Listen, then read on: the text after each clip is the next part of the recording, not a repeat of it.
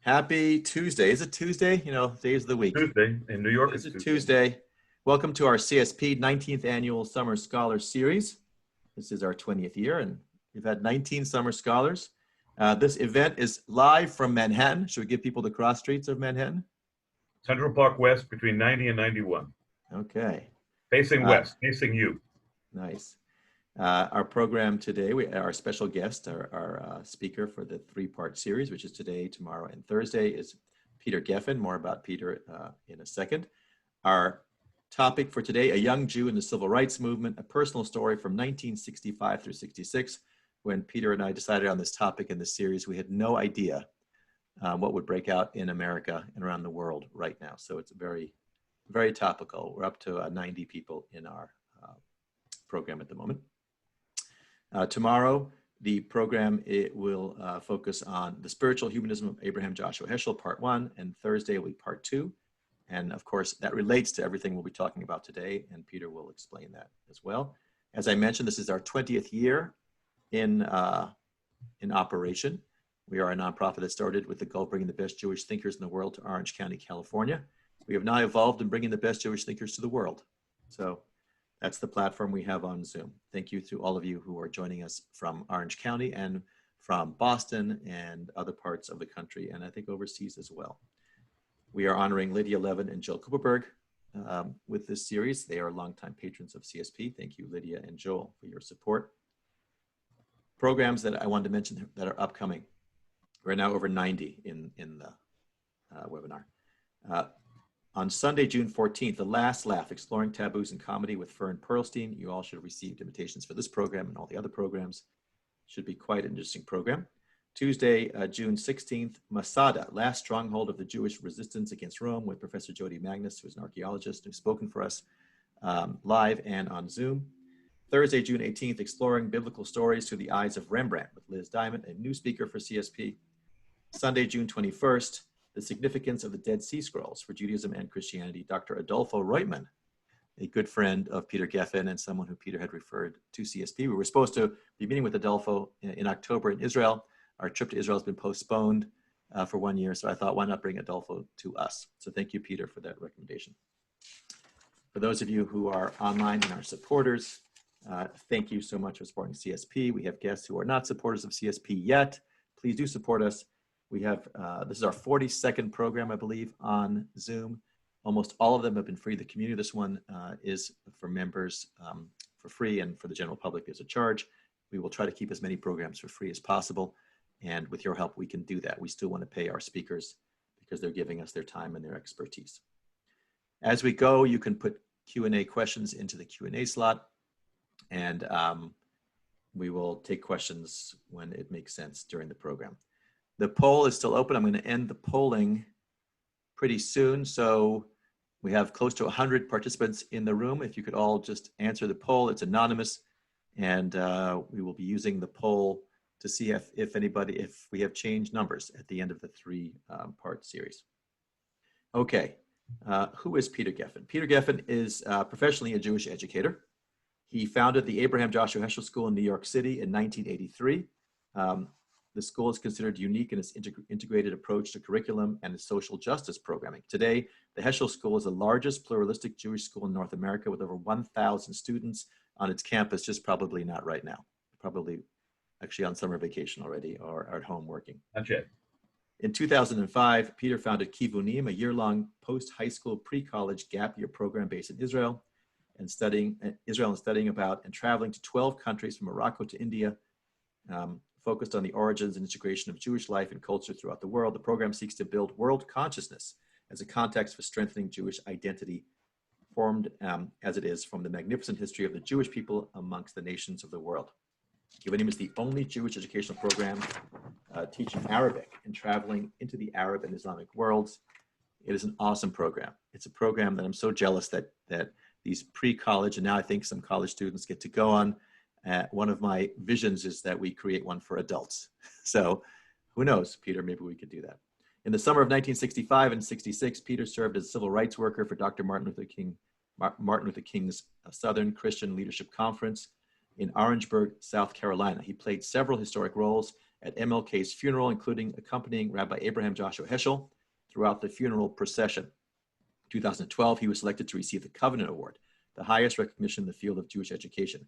Peter holds a BA from Queens College, where he studied and developed a close personal relationship with the noted Jewish historian, Professor Cecil Roth, during the final years of Roth's life. He has an MA in religious education from New York University and a certificate of psychotherapy and counseling from the Alfred Adler Institute in New York City. He's an ABD, all but dissertation at NYU, with a thesis linking the seminal works of Erik Erikson in identity formation to his Jewish educational philosophy and approach. Peter was born in and has lived in New York City throughout his lifetime. He's a descendant of distinguished and learned Jewish families on both sides. His grandfather, Rabbi Tobias Geffen, was the chief rabbi of the South, and we did a program with Rabbi Charlie Savinar about him because I believe he is the rabbi that allowed Coca-Cola. Anyway, so welcome, Peter Geffen. I'm going to end the polling. 72% of you voted, and thank you for participating. Let's go. Okay. So, ladies and gentlemen, it's a little strange, as you know, to be speaking to a screen where you don't even see the people who are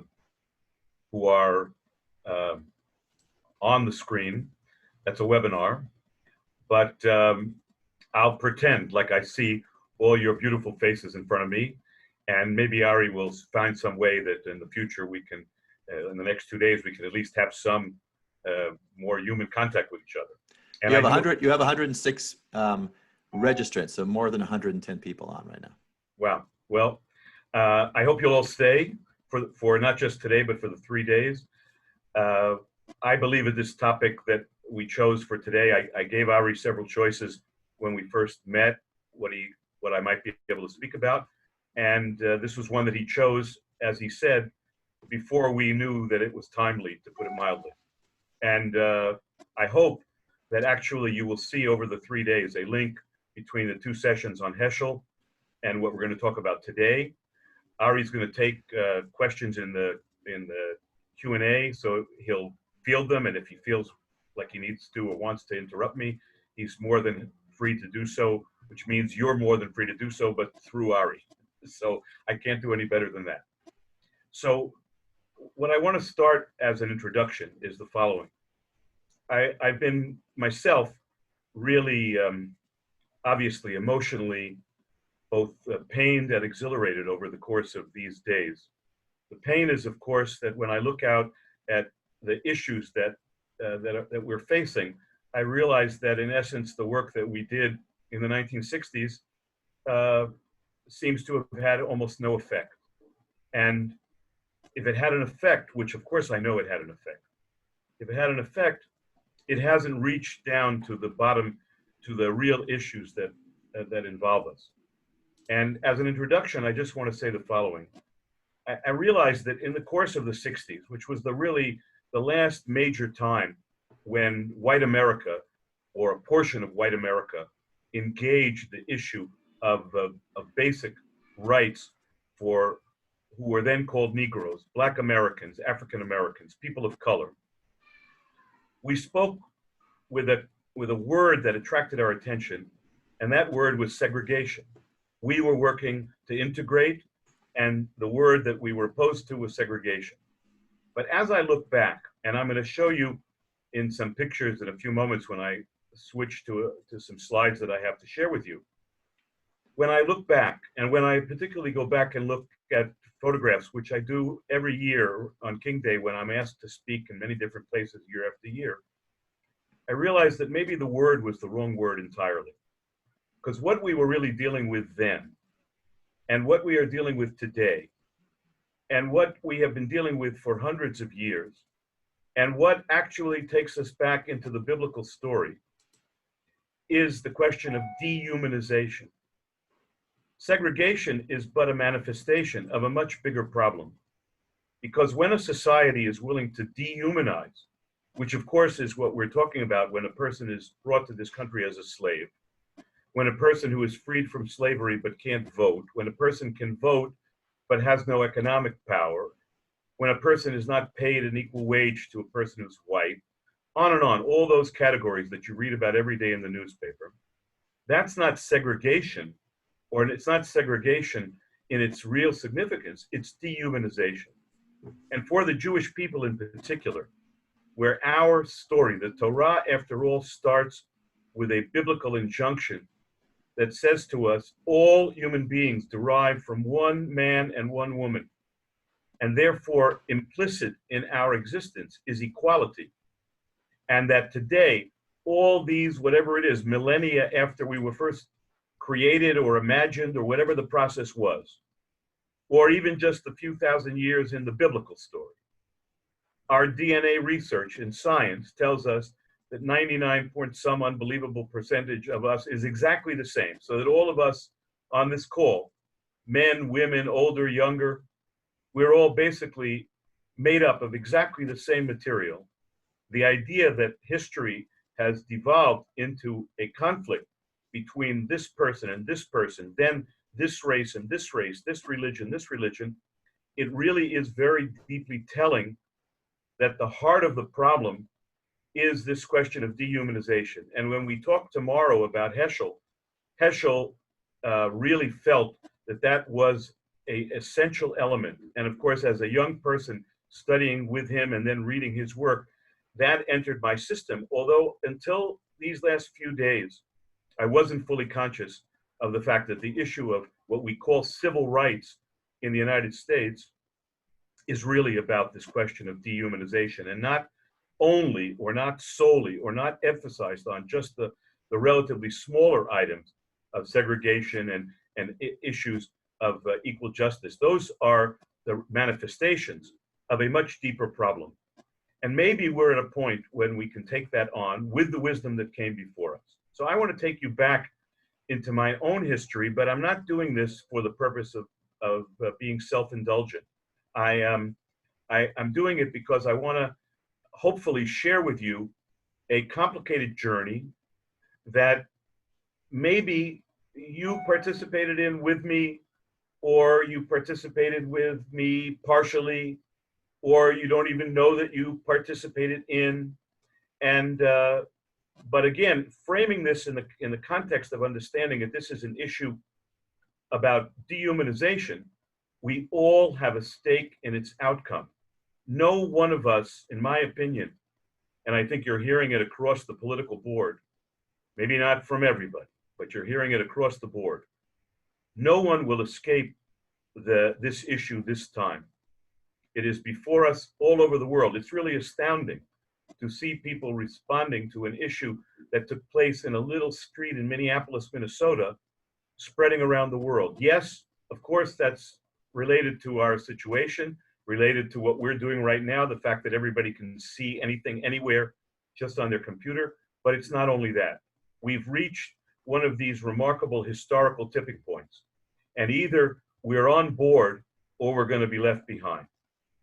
Now, in 1964, I was 18 years old, and I was in Israel for the summer on an Israel study program. And the director of the program thought it would be a good idea for us, we didn't call us privileged at the time, but we were privileged, American kids, if we spent a few days working on a kibbutz. And I thought this was a fabulous idea. And when we got to the kibbutz, I said to the leader of the program, I want to be assigned the most difficult job, the dirtiest job on the kibbutz. The dirtiest job on the kibbutz is working in the chicken coops. It puts a smell on you that never disappears. I can still smell it to this day. And after a few days of working in the chicken coops, I couldn't take it anymore. I got reassigned to the cowshed, which is not much better, but it's better. But after a week of this, as a typical American 18-year-old, I'd sort of had at least enough to need a break. So I convinced a few of my friends to, let's pretend that we're sick, stay on our beds. We had my friends had a shortwave radio. We'll listen to a ball game from the States, and we'll have a relaxing day. And as we were listening to that Yankees game that day, a news broadcast came over indicating that the bodies of 3 civil rights workers, Mickey Schwerner, James Chaney, and Andrew Goodman, had been discovered buried in a red clay dam in Philadelphia, Mississippi. I was a classmate of Andy Goodman's at Queens College in New York. And to say that a shock went through me at that moment is to put it mildly. I came home to New York And I said to my father, who was a wonderful conservative rabbi, I'm going south next summer, 1965, to take Andy's place. My father, who you may have heard if you attended the lecture by Charlie Savnavor, grew up in Atlanta, Georgia, where my grandfather was a rabbi and really the chief rabbi of the South from 1910 until 1960. And my father grew up, therefore, in the face of the Klan. And he said to me, "No, you're not." I said, "Yes, I am." He said, "No, you're not. You don't understand what's going to happen there." I said, "But this is what you've taught me my whole life." And that was the end of the discussion. And in 1965, I went with a group of other students, mostly coming from Columbia University. We were assigned to Orangeburg, South Carolina. By the way, we were originally assigned to be in a city in Mississippi, and Dr. King decided it was too dangerous to send these white students from the South to Mississippi. So he sent us to South Carolina, which was milder. And in South Carolina, I really confronted something that was beyond any aspect of my understanding or belief. Our job was that summer to try and get people to attend what were called freedom schools. Many of you may remember the term. The job of the freedom school was to teach adult African Americans how to write their name, because almost all of the sharecroppers who lived in the South lived in shacks on plantation land, no longer called plantations, but owned by a big farmer. They had no running water. They had no electricity. The windows, if they broke, were never replaced. The schools were the same way. And our job was to try and convince those adults to come to a freedom class and then to come to the county seat after a few weeks and attempt to register to vote. You know, if you saw Selma, that it doesn't matter how smart you were, you come in to attempt to register to vote, and the registrar would say, well, first of all, the registrar would begin like this. I'd walk in, meaning if I was black, I'd walk into the office. I couldn't accompany them as a civil rights worker. And the registrar, the official of the government, would say to me, "Hey, boy, what are you doing here?" in his southern accent. And I would say, "I've come to register to vote, Your Honor." And he would say, "You want to register to vote? Well, you can't just register to vote. Here's a copy of the South Carolina Constitution." And then he would go on, pick a page from a 20-page book and tell me to read and interpret. And of course, when that happened to somebody who had an education of the third grade, that was the end of the process. So our job was to convince people, while we were these outsiders from, in this case, all of us from New York, coming into South Carolina, our job was to convince local people to attempt to, in essence, risk their security by attempting to register to vote. And we ran freedom schools to teach people how to read. Those freedom schools would meet on a Sunday night after church in a church building. And some of the churches, one that I remember I'll never forget, was a 2-story brick building, modest, but 2 stories high, made of red brick, like we have a lot of in New York. And when we came back to that freedom school the next Sunday, that building had been burned down to the ground. The Ku Klux Klan in South Carolina then, and probably to this day, is a very powerful and very formidable force. Now, what was this all about? And in particular, what was it about for me as a young Jew? When I think back, how is it that when I was laying on that cot in my privileged state in this kibbutz Lavi in northern Israel, that I listened to that broadcast and my entire being was shaken inside out? So in reality, you could start it maybe at my birth, at what my father taught me, because my father left the South as a young man just because he could no longer stand riding on segregated buses, long before there was an issue of desegregation, already in the 1930s. But I don't think that was it. I think it came in 1960, when some of you may recall, the Xerox Corporation produced the first real serious documentary about the Holocaust. It was the first time that all of us, young and old, ever saw the footage of the bodies piled up in the camps and all this horrible stuff that today we have become so used to that maybe we're inured from seeing it and being shocked by it. we saw that film. It was a Xerox Corporation production called Let My People Go. And most of all, what we saw in the film and what the film emphasized was the fact that good Germans stood aside while they smelled the smell, while they had friends, relatives, cousins, fathers, grandfathers, aunts, uncles working for the Nazi regime, where on some level, even if not in totality, they knew that something horrible was going on. That in the fancy cities of Germany, don't only think about Poland, in the fancy cities of Germany, neighbors watched as their wealthy Jewish neighbors were put onto railroad tracks and then onto railroad cars and taken away, never to return. We were all struck when we watched that of what it meant to be a bystander. And to this day, I remember this extraordinary experience that I had with Dr. King when after Selma, when a lot of people got injured, including some people who were standing watching when the police attacked, people said to Dr. King, the journalist trying to prod him said, Dr. King, you claim to be nonviolent, but when you protest like this, when people come out into the streets and follow you, you are creating violence because people get hurt, even innocent people. And there are therefore innocent bystanders who are going to be injured by your action. It's not nonviolent. And Dr. King said back, he said, what you just said is an oxymoron.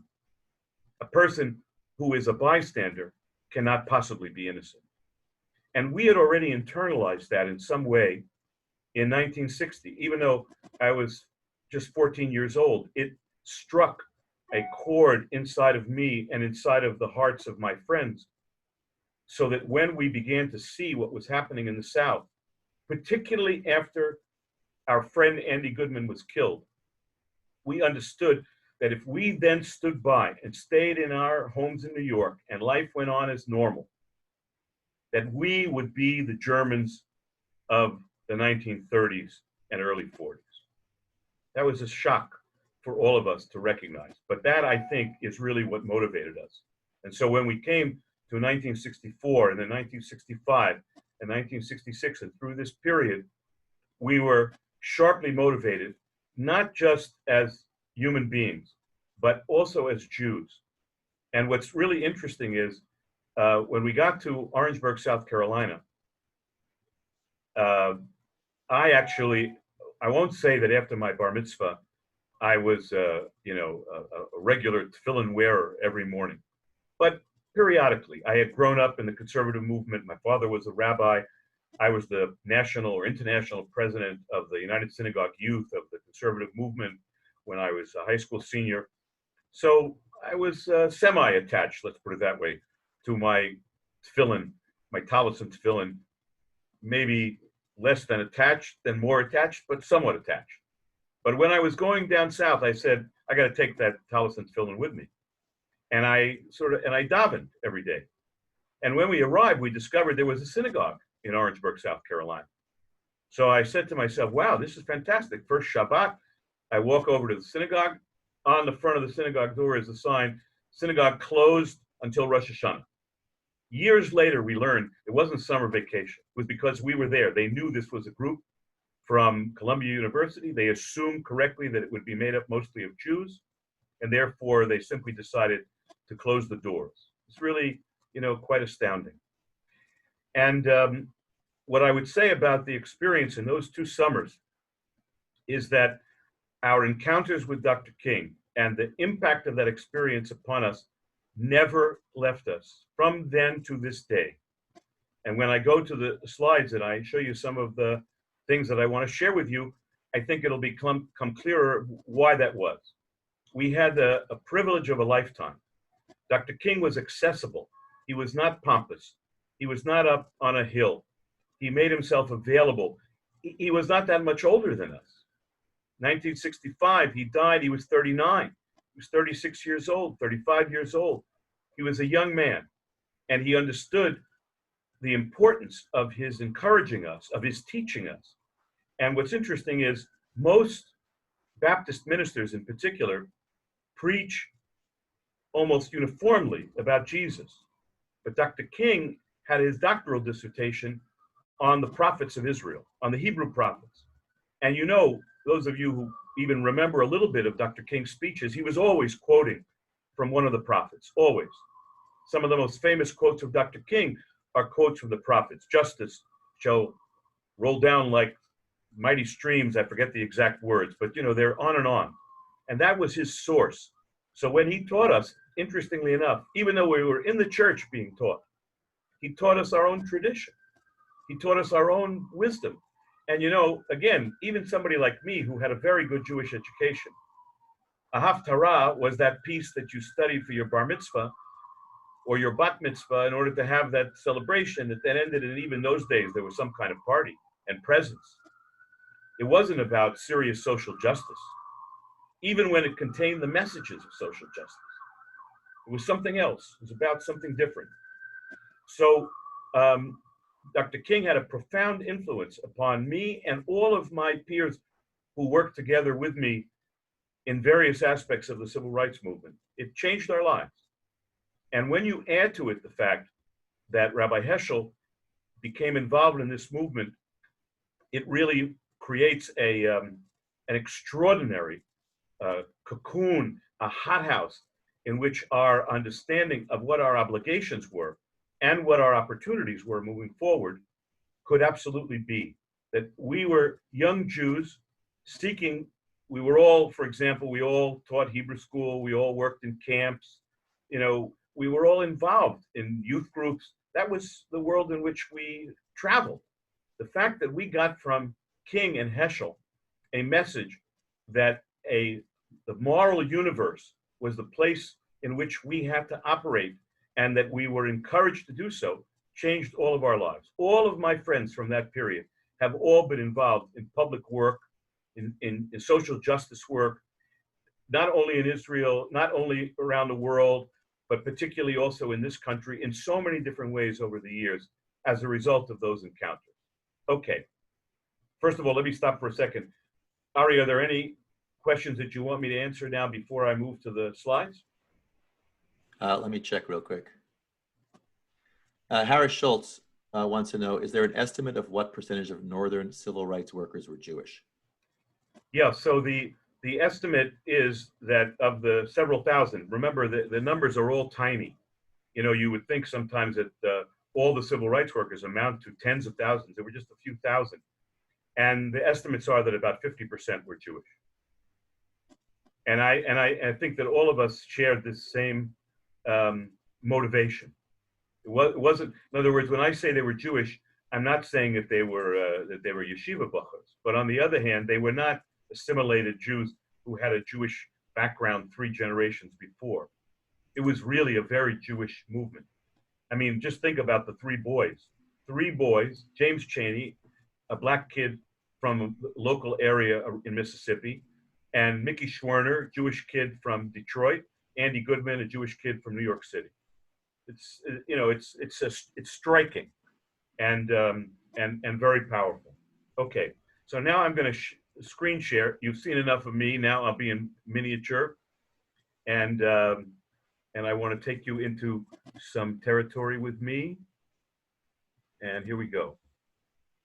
So here's where I'd like to sort of where I want to start, because part of what we're facing at the moment is what's legitimate? What's legitimate protest? What's legitimate, for example, for religious leaders, let's say in our Jewish community? What should Jews, what should our rabbis, what people should be doing? So in 1963, Dr. King, as some of you may remember, was arrested in Birmingham and he was put in jail. He didn't get tried immediately. He got released on bail, and it actually took several years till 1967 when he was finally convicted and sent to jail for a week for the things that happened in Birmingham in 1963. You may recall that in Birmingham there was a bombing in which 3 little girls were killed in the church bombing in Birmingham. And when Dr. King got into jail, he got a letter from the clergy of Birmingham basically criticizing him for coming to Birmingham, where he lived in Alabama, and for getting involved in this kind of thing. It was unbecoming for a Christian clergy to be doing the things that he was doing. He wrote what's known in history as the letter from the Birmingham jail. And I just want to read a small portion of it to you because it colors the rest of the story. He says the following. He says to these other ministers, and of course ministers, by the way, includes the rabbis. It's not just Christian ministers, the rabbis and the ministers.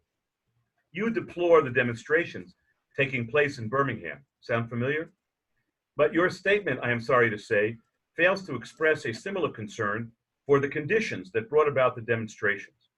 I am sure that none of you would want to rest content with the superficial kind of social analysis that deals merely with effects and does not grapple with underlying causes.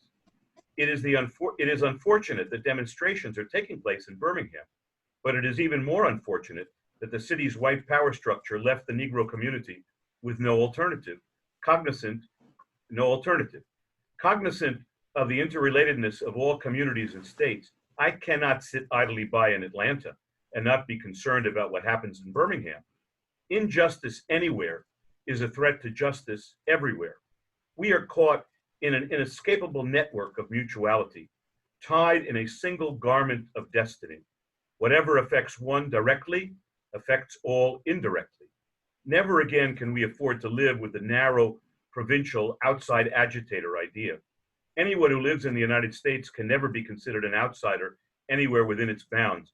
And I think by now, in 2020, we would expand it to be anyone who lives on Earth cannot be considered an outsider anywhere within Earth's bounds, because we live in a mutually engaged society. That's really quite critical. And Dr. King really pushed with this issue, and he struck Rabbi Abraham Joshua Heschel's heart. And Heschel was perplexed. And in a little bit later into 1963, the Birmingham jail episode is one. Later on, there is a conference that's called in Chicago, Illinois, called the First National Conference on Race and Religion. And it was an attempt to bring together religious leaders. By the way, that's a commentary on America as well. Like today, you don't hear, either because religious leaders are silent or because nobody cares about what they think, you don't hear about the gathering of religious leaders to address the social problems that we're facing. But in 1963, the major conference that was called was a conference about race and religion. And Abraham Joshua Heschel was invited to be the speaker representing Judaism. He was very hesitant. Heschel, if you know anything about him, he was certainly a European Jew. He spoke with an accent.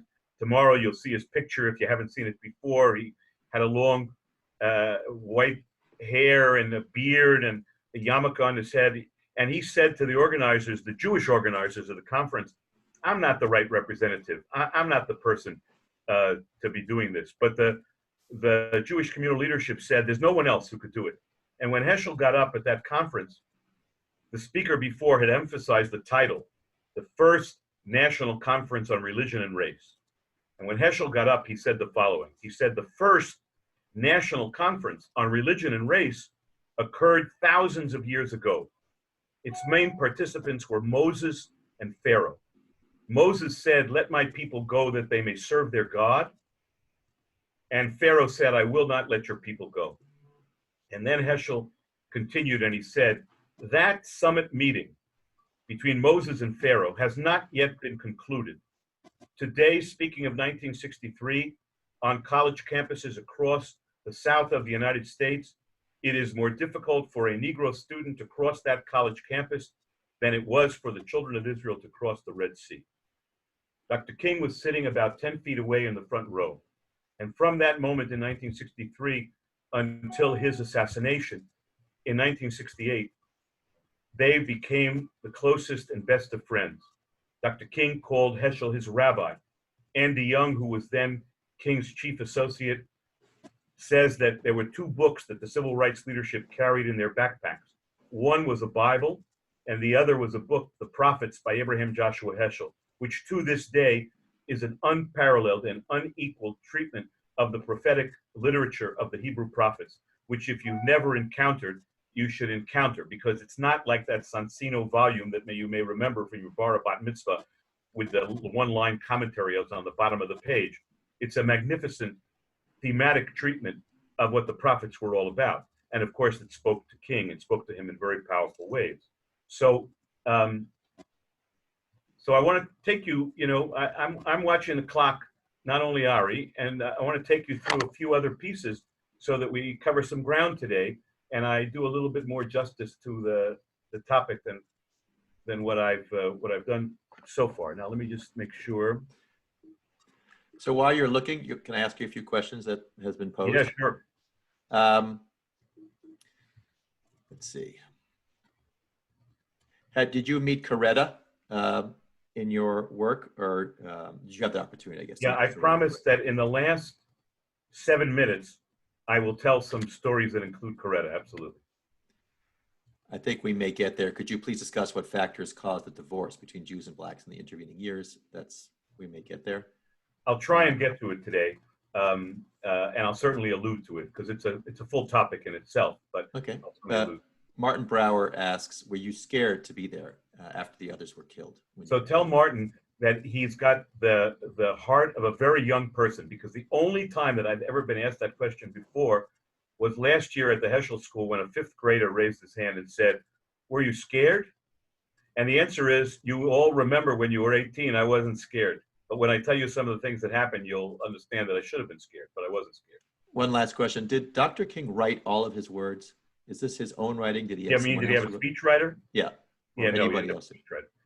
Now, I don't know why my picture has just moved, but in a certain sense, it doesn't matter because we're in the slide, so it's okay. So here's Dr. King in the Birmingham jail, and here again.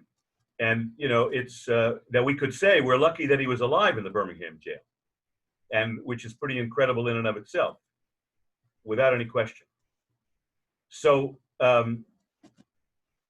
what's really amazing is that before this conference took place, there was a meeting in Washington at the White House where President Kennedy invited religious leaders to the White House to talk about this issue of religion and race.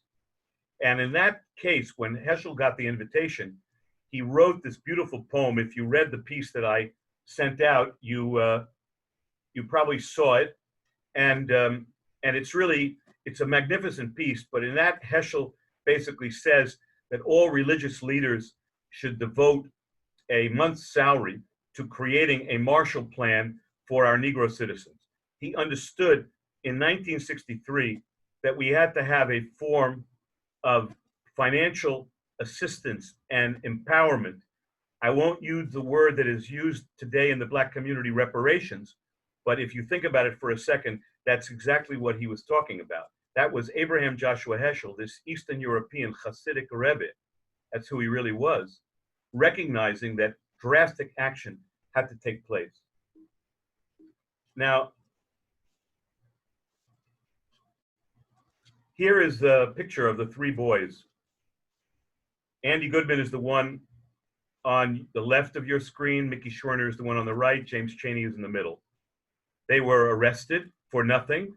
We used to be told, don't drive below or above the speed limit. Drive exactly at the speed limit because you'll be arrested for either side. These guys got arrested for doing exactly that, driving at the speed limit. They were thrown in jail. And then as we learned years later, when finally the chief of police was arrested and ultimately tried, acquitted, and then finally in a federal court, only within the last 10 years, when he was already in his 90s, convicted. He led the charge back into the jail, opened up the cells, took these 3 boys into their cars. The Ku Klux Klan took them out to this red clay dam outside of Philadelphia, Mississippi, lynched them, and then buried them in the red clay dam. And for several weeks, nobody knew where they were. And only when the FBI got involved, which is an amazing story of itself, because the Southern FBI was often in collusion with the Klan. But in this case, they really acted properly. They found these bodies, and everything that we know changed. Now, for some reason,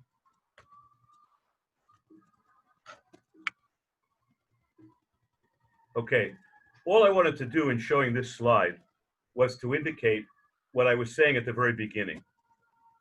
When you distinguish people on the basis of these kinds of things, colored entrance, obviously Rosa Parks, whose story you know, Jackie Robinson, and the things, if you never saw the movie 42, make sure to go back and see it. The word segregation is the word that we use, but really, as I said before, the proper word to use is dehumanization. Now, here's really sort of an amazing piece. I only found this a few years ago. A friend of mine found it somewhere in some esoteric book. I had not seen it in 40 years, never knew it existed. When in 1967, Dr. King was finally convicted of the charge in 1963, in 1967, he was brought back to Birmingham and put in jail for 5 days. And Heschel wrote him this telegram: "My deep identification with the goals you are dedicated to. May your leadership bring glory to all of America, Abraham Heschel." And again, all of this stuff, when you think back on it, it's hard to even imagine. People couldn't sit at a lunch counter. People couldn't try on a pair of pants in a restaurant, in a clothing store. People couldn't sit on the ground floor of a movie theater and had to sit in the balcony. And if there was no balcony, they couldn't come to the movies unless it was a colored showing. People couldn't sit in the front of the bus, even if the bus was empty. We're talking about something much more than about segregation. The word doesn't do it justice. And of course, what you see today, this so-called police brutality of today, isn't originating today. And the police use dogs, hoses, and the Ku Klux Klan then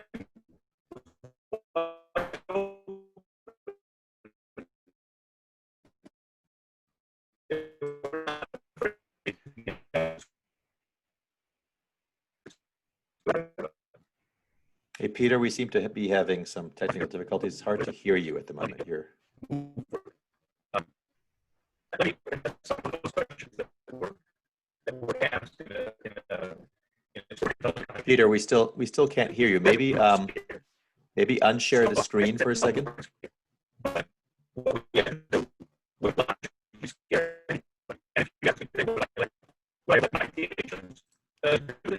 Peter, sorry to interrupt you. We can't hear you. We drove around. Our job was to go from house to house on farms and the sharecropper areas of outside of Orangeburg, South Carolina, and try and bring people to register to vote. We were often followed by the police. Oh, listen, Ari, Zoom detects a problem with your computer's audio and needs to restart. I want to keep going. Can you hear me? Now we can hear you. Can you hear me? I can hear you now. Can you hear us? Can you Ari? hear me? I'm here. I am here.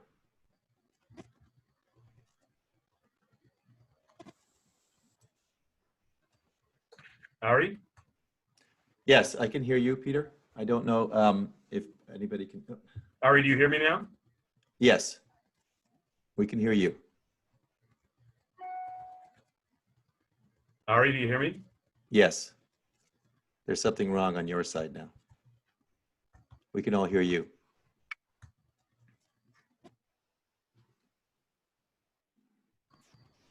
Ari, Yep. you hear me now? Yep. I don't know what happened, but Okay, you're back. something froze. Okay, and you're back? I'm here. Okay. So I was about to give up on my slides. So No, maybe that's what's causing the problem. Let me see. I think you're good to go. Okay. So what you see are these extraordinary pictures. And when you ask about were we scared, so look at those guns, bayonets drawn. Yes, I agree with you that today, when you have policemen out with with potentially much more serious weapons, it may be scarier. But the truth is that, as horrible as rubber bullets are, these are drawn bayonets on live ammunition guns, and that's what always lined the route of any demonstration. And of course, when you were in the throes of the work that we were doing in small towns, they didn't need a rifle with a bayonet. They had guns. We would live with families in the community, and every night we would have meetings to review the work that we had done during that day. And one day in the summer of '65, in August of '65, we were actually staying in a middle-class black home, you know, a modest home, but a private home with a little bit of land, a beautiful picture window facing the street, looking into the living room where we would normally meet. And as we were meeting one night, one of us noticed out the window that there was a police car outside the house where we were staying. So we decided just to be cautious. Not that we were scared, honestly, just to be cautious, let's go meet in the kitchen. It was motivated also by the fact that we were 18 and 19, and all of us, men and women, we were called boys and girls at the time, we were all hungry all the time. And we were sitting in the kitchen, talking and eating, and all of a sudden we heard this gigantic crash, and one of the cops had taken out a shotgun and fired it through the picture window of the living room. Had we been sitting in the living room, probably somebody would have been badly injured, maybe somebody would have been killed. And that was routine. But none of us packed up and said, we got to get out of here. It was just part of the territory.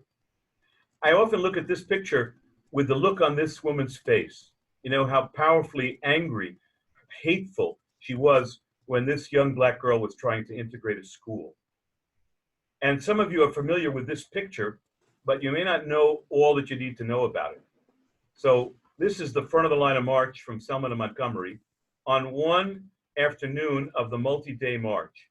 It's not the daily picture of the march. And somebody asked me before about issues between blacks and Jews. So I might even start here by saying that the Jewish community loves to decide that this is the only picture. And so when Selma came out, and the filmmaker, for whatever reason, even possibly that she doesn't like Jewish people, why she chose not to use this picture instead of the 25 other pictures that she could have chosen from, and she chose another, we decide is anti-Semitism by the whole black world wanting to write out Abraham Joshua Heschel.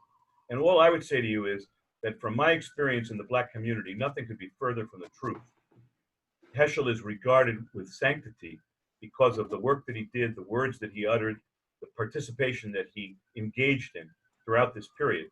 But what's also interesting that most people don't know is that there is a man walking arm in arm between King and Heschel. That man is Ralph Bunche. Ralph Bunche was one of the first black diplomats at the State Department, and he was at the UN at the time of the creation of the State of Israel. And it was Ralph Bunche who negotiated the ceasefire that allowed the fighting to stop in 1947. So he's a treasured figure in the history of the State of Israel, as well as his unique role in American history.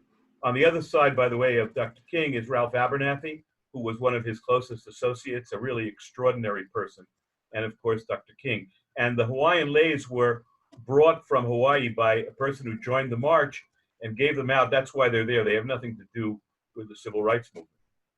And this is, of course, a picture. This is my most treasured possession. Dr. King, you know. In the middle is my dear friend, now Rabbi Moshe Shur, an Orthodox rabbi, then Mickey Shur from Detroit, Michigan, and myself on the right-hand side of your picture.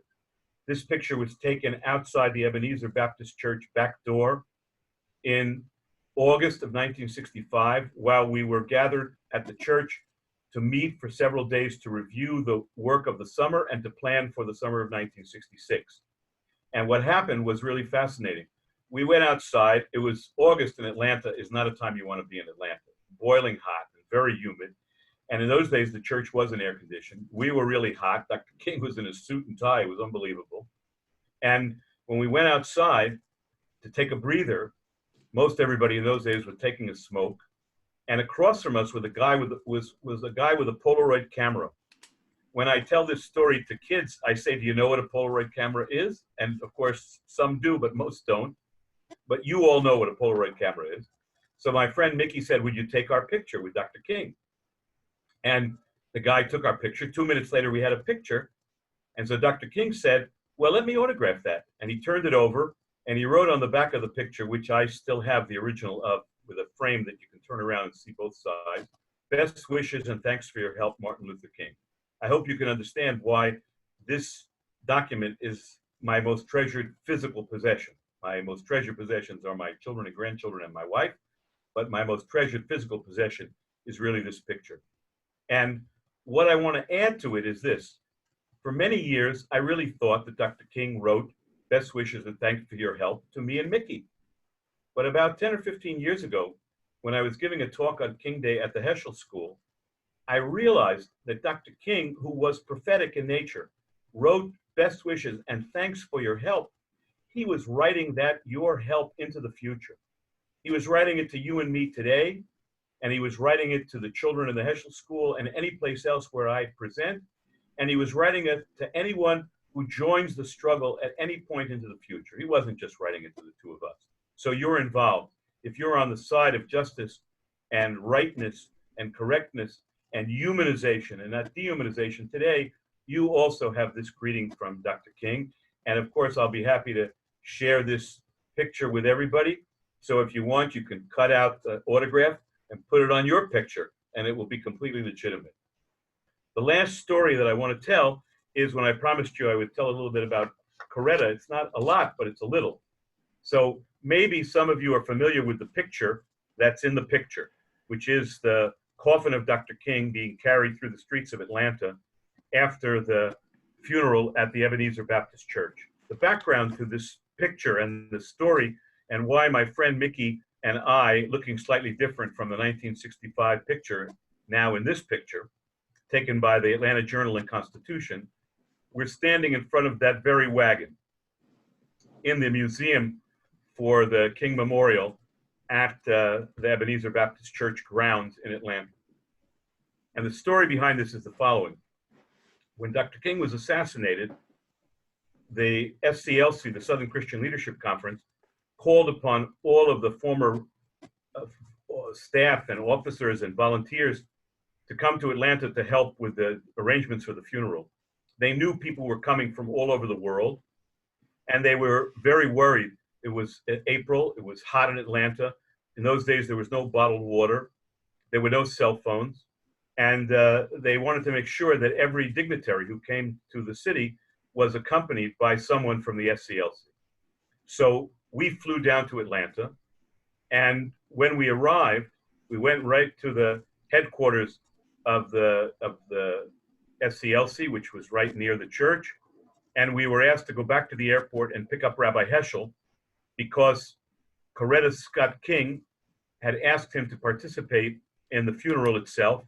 And she wanted him to meet her in the church where the coffin was and to talk with her about what he thought was appropriate and what he wanted to do in the ceremony. So we went back out to the airport.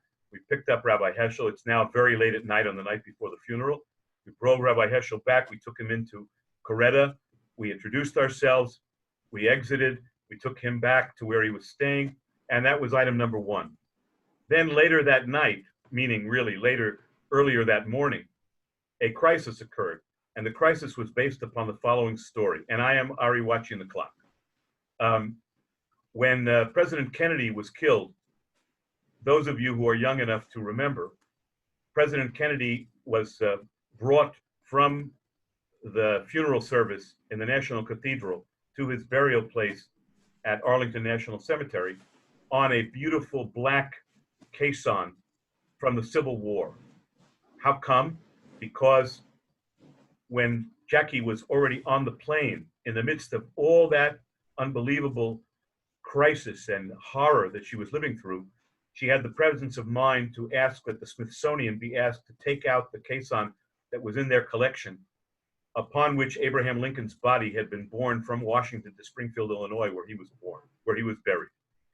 And she asked that the caisson be set up exactly as it was for Lincoln, led by 6 white horses with a black unbridled horse attached on the side, but basically capable of sort of riding wildly. And on that horse would be a saddle with boots in the stirrups facing backwards as a symbol of the fallen soldier. And that's exactly how Kennedy's body was borne elegantly across the city of Washington to Arlington. Dr. King and Coretta were watching the funeral, and when they saw this, Dr. King said to Coretta, Corey, this is 1963, he said, Corey, I am not going to live out the days of my life. And when I die, I want to be buried the way the poorest black sharecropper is buried. Not with a fancy hearse or anything fancy, but with a poor farm wagon pulled not even by horses, but by mules. So at 4 o'clock in the morning, only one of the two mules had appeared.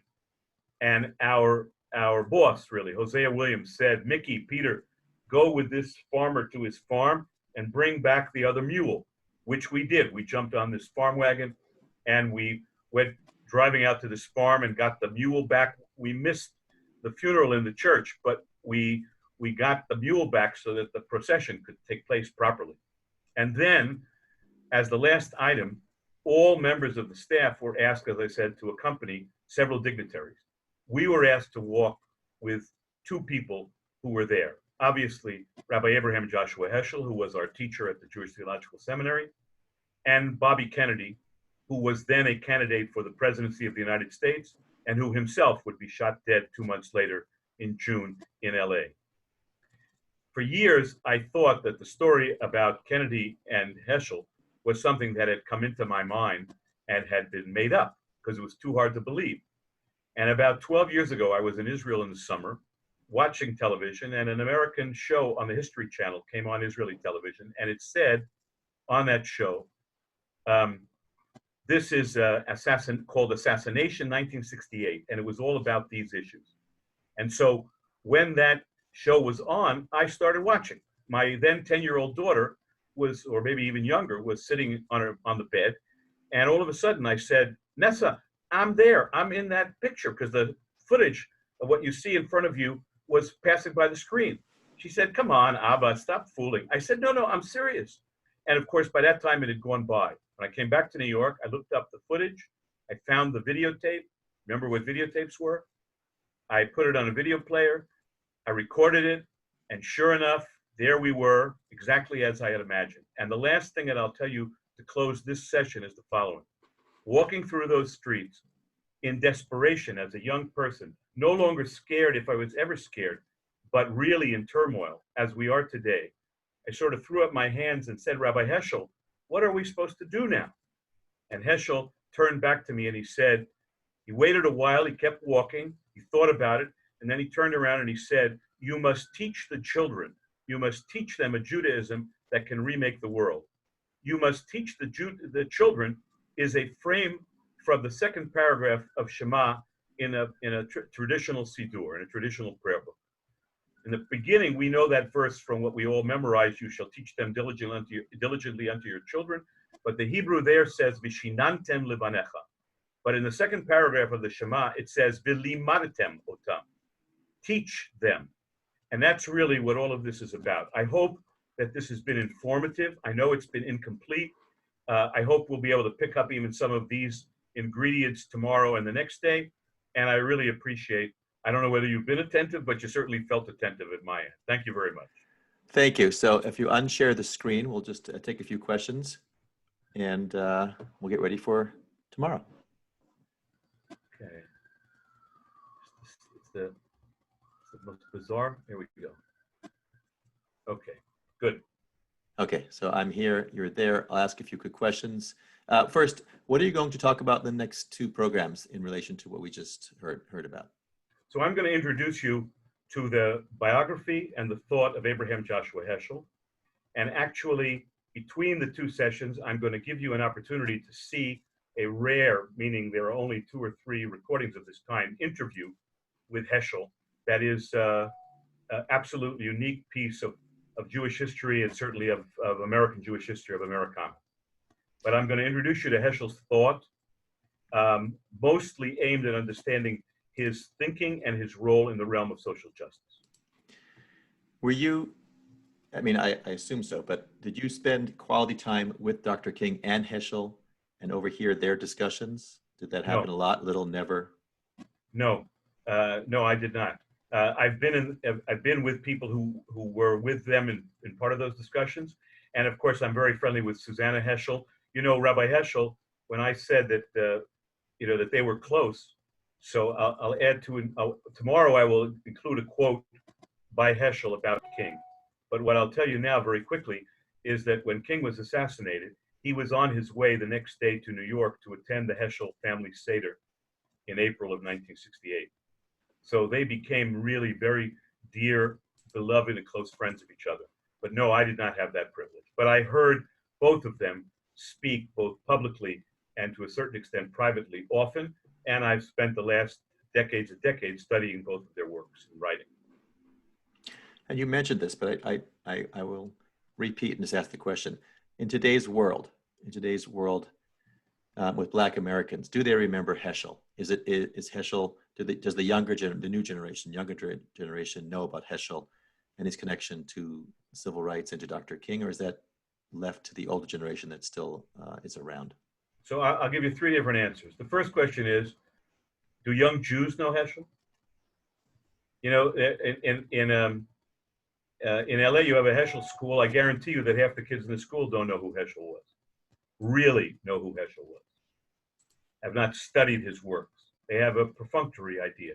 Some people who think they know Heschel because they read the book The Sabbath, and so they know about a piece of his religious thinking. So that's number one.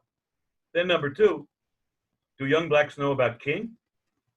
Have they read Dr. King's work? Do they know the story of Dr. King? And I would say the same question would apply there. The answer is the history goes by very fast. And unless you work at really appropriately memorializing, turning memory into something really active and engaging, everybody forgets everything. So what you're really raising is a question, how do we deal with this history?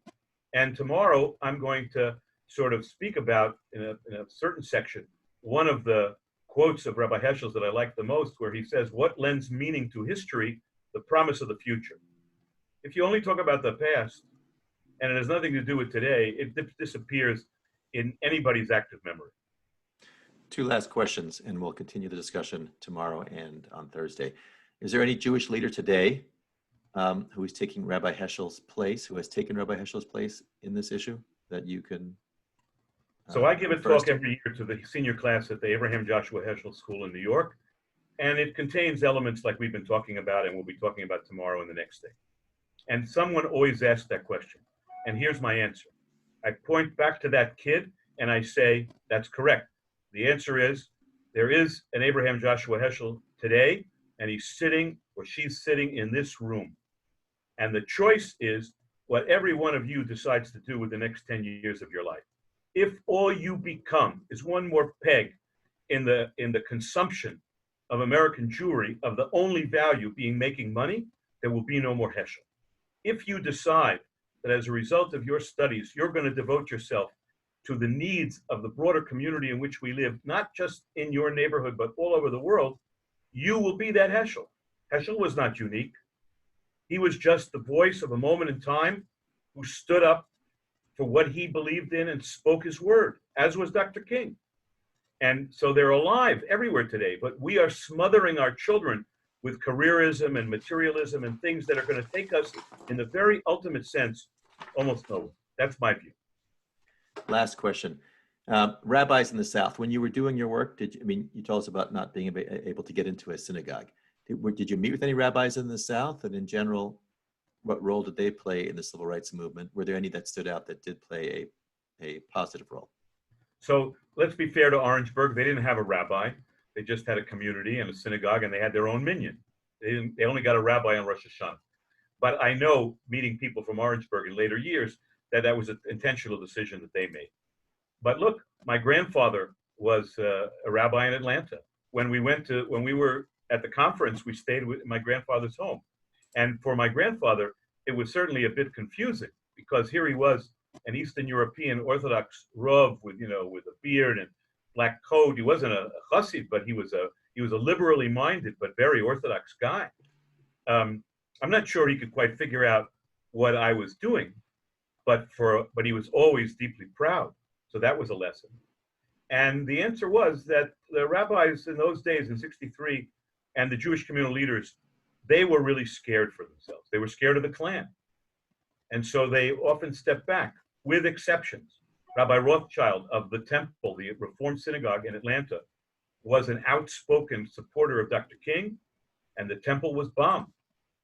And to this day, they have a King Day event where the choir of the Ebenezer Baptist Church and the choir from the temple perform together. It's one of the most extraordinary, exhilarating evenings of all time. It's really amazing. You could probably, in today's world, you could probably next year watch it on YouTube. It's spectacular. Yeah. Well, thank you. Thank you for being with us today. Thank you, everybody. Close to 130 people or so. I'm really honored by program. your presence, all of you. And Ari, did you send them my article? Did everybody have a chance to look at that? I decided that I would send it right after this program so that they could get a context for it. I'm going to share an article that was published just a few days ago. I think which newspaper? In the Times of Israel. Times of Israel. And we'll see you guys tomorrow, 12:30 back here. We'll be learning about Abraham Joshua Heschel. Thank you all for being with us. Thank you very much, Peter. Have a great day, everybody.